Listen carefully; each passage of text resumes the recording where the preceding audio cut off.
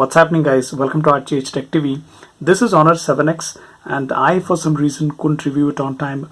My sincere apologies for that, guys. I'll make sure this doesn't happen next time around. But anyways, better late than never. We have it on a table. So today in this video, let's unbox it. Let's also have a look at some camera samples, and let's also listen to music quality or sound quality through speaker. Now this actually comes in two variants, one which has 4 gigs of RAM and 32 gigs of inbuilt storage, and the other one which has 4 gigs of RAM and 64 gigs of inbuilt storage. So this is the 32 gig variant, and I paid like 13,000 rupees or so. Now this actually comes with the Kirin processor, guys, which is kind of in-house developed processor specific to Huawei and Honor phones. To be specific, it has Kirin 659, which is an octa-core processor. So let's remove the box, and this is the phone.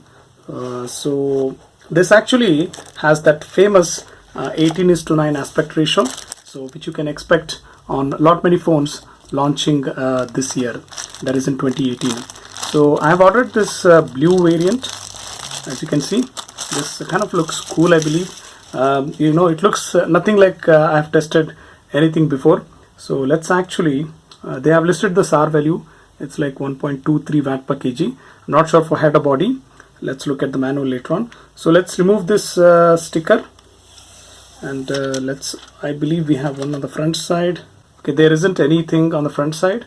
So let's power this on, and while it boots up, let's also see what comes in the box. Also, guys, this has the dual camera setup. So one is on the rear side, it's 16 plus 2 megapixel, and on the front side we have 8 megapixel camera, and this actually comes with 3340 milliampere battery, right? So let's see what else comes in the box. So in the box we do have quick start guide, warranty card, and I believe this is a case or a cover. Good to see they have included a cover. So let's keep it aside. And apart from that, we do have a charger and a USB cable. So let's see if it's a micro USB or a type C.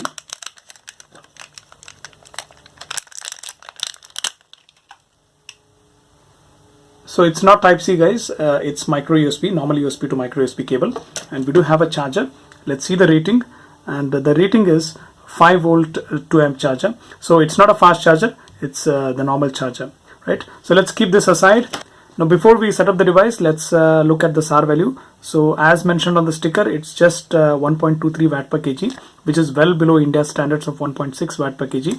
But they haven't mentioned whether it's for head or body. I believe it's for both, right? And nothing else in the box. We don't get headphones or earphones in the box. We also get a SIM removal tool. As you can see, it's over here. So I'll just take that out later on.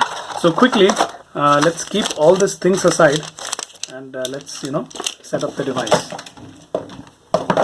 Alright, guys, I have set up the device, and before we look into some device specific details, I want to mention that I'm really liking its build quality and color. So as you can see, it has very slim profile, and it's made up of complete metal. It has that metal unibody construction like Mi A1. There are no plastic edges whatsoever, and this color actually looks fantastic and really amazing. So quickly, let's check the fingerprint sensor performance. So as you can see, it's very fast. Let me just show you that. So as you can see, it's very, very fast. Good to know. And this runs on EMUI 5.1 based on Android 7.